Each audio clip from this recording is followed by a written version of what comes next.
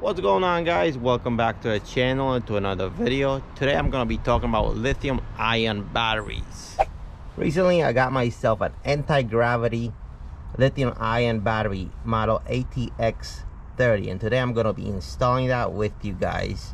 Lithium ion technology has come a long way in the last few years, and I'm going to show you some of the benefits of this lithium ion battery over some of the competition that's available out there, because not all lithium ion batteries are created equal, and this anti-gravity battery has few key benefits which make it stand out. I have some experience with lithium ion batteries before already. I had a budget lithium ion battery installed in this car prior already, about a year and a half ago. It was the Autocraft LFP8 model. I'll link a picture up here so you guys could see. Basically, it was a very cheap lithium ion battery. You could have obtained it for about $100 at your local Advanced Auto Parts store, and the battery worked good, but after a year it started leaking, so I had to replace it and go back to my old regular lead acid battery. So the first benefit of lithium ion is obviously weight savings. I mean, these batteries are crazy light. They're featherweight. I mean, this battery alone, the anti-gravity, weighs about 5.6 pounds, which is a tremendous weight savings. It's a good cost per dollar way to lighten your car, because usually weight savings modifications are very expensive, and if you factor in how much these batteries cost now and how much weight you could save, it's a good way to save weight and some dollars at the same time. So what's so special about this anti-gravity battery? Well, this comes with a restart technology, and what that does is basically this battery is equipped with a self jump starting feature. What that means is the battery itself is equipped with a circuit board that monitors the health of the battery while it's operating or is being on standby. And what it does is, once there's a parasitic drain on the battery, like for example if you left your lights or something is on in the car, it monitors the amount of juice in the battery, and once it falls below a certain threshold, it cuts the power from the battery going onto the car, leaving just enough juice.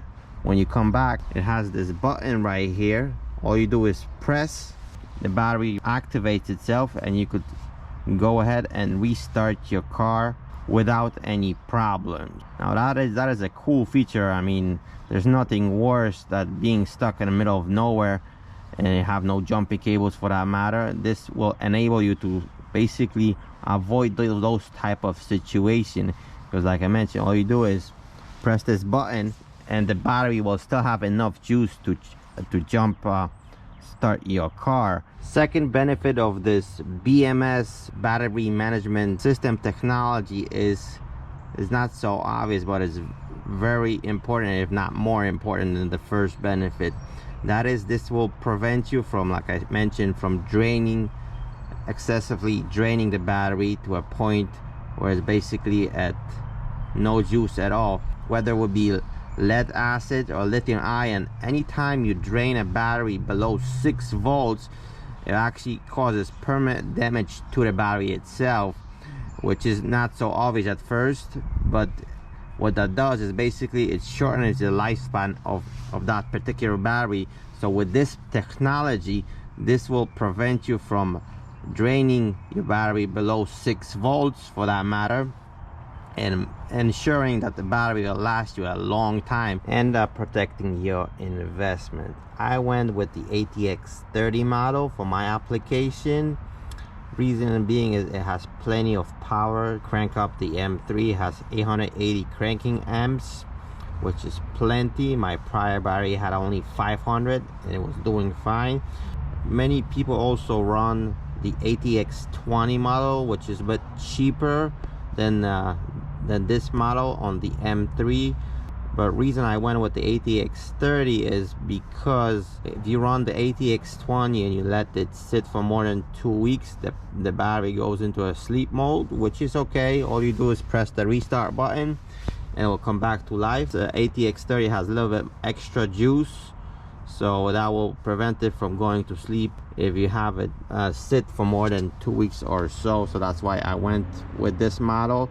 The difference in price is not that big as well. ATX 20, I think it is $280. This is about $359, so it's not a major difference. All right, so let's see what we need to install this battery. First, let's dismount the old battery I have in here, and we'll take a look how we're going to position the new one in shortly.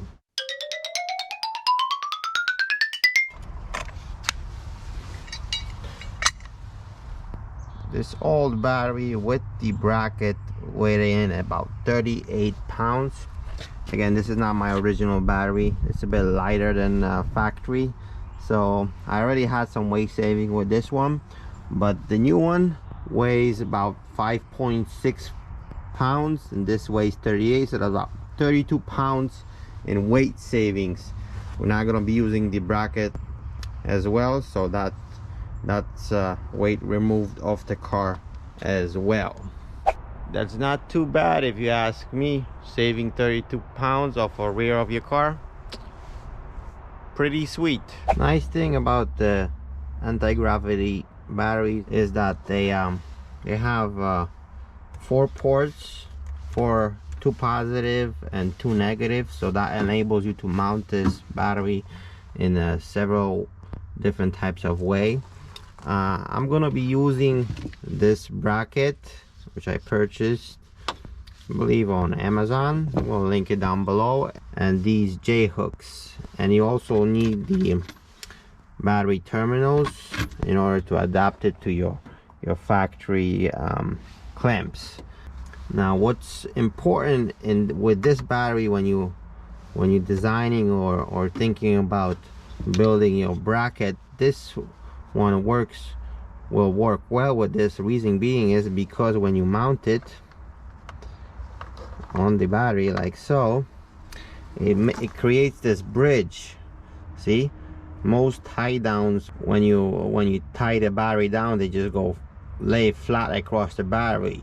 Well, with this battery you need this because see, I still have, if the tie down is going across the middle section, it still gives me access to the restart button, which is very important. If in an event I have to restart this battery, I still have access to that button. This will work well with this type of battery. I use this tie down on my prior battery as well, the other lithium ion I had installed in this car prior, and it worked well, so it shouldn't be a problem with this. So let me take some measurements.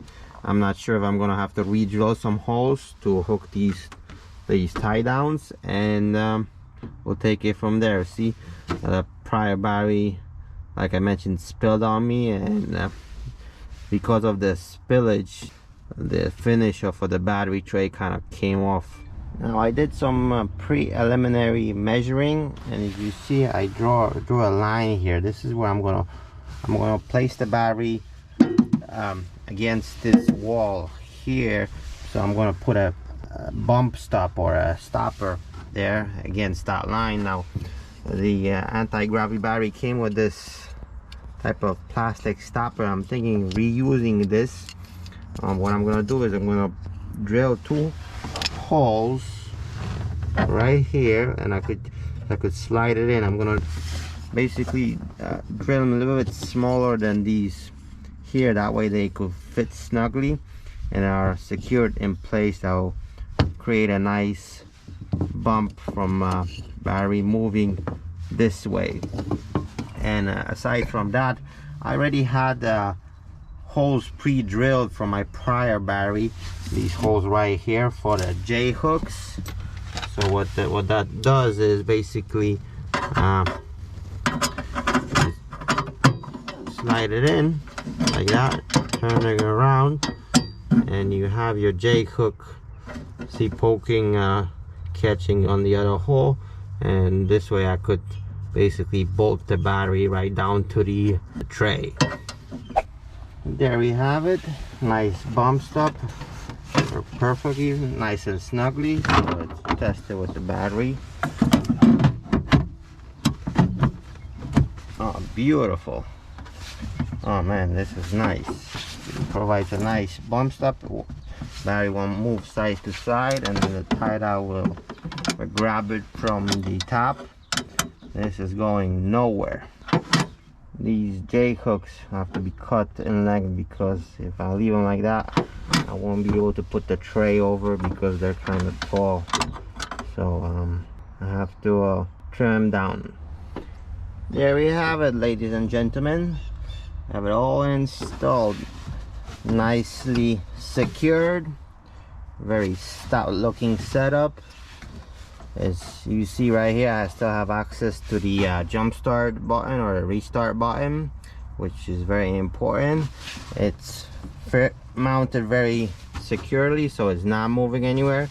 It's black from this side, and the tie downs are holding it from each side. So I'm fairly satisfied with this setup. This is not going anywhere. Tip: when you installing these terminals, they are not the same, believe it or not. So if you install this one on this side, this clamp is actually a little bit bigger, so it will seem like you bought the wrong terminals, which in fact they're not. They're just different sizes. The positive and negative is different size. Negative is slightly smaller diameter. To secure it, I used some big washers I had laying around, because these originally come with these rubber type of bushings, which I think these washers do a better job holding it down. The tray nicely fitted, no obstruction, fits perfectly. This should get me closer to 3,000 pounds of total weight. That's my goal. I'm currently about 3,150 pounds with this battery, which knocks off about 32 pounds of my prior weight. So that's a good accomplishment right there. Really looking forward to this setup. It should last a long time, considering the fact it has that restart technology. So if you guys enjoy this content, don't forget to hit a like, consider subscribing to the channel. It really helps, and I'll catch you on the next one. Peace.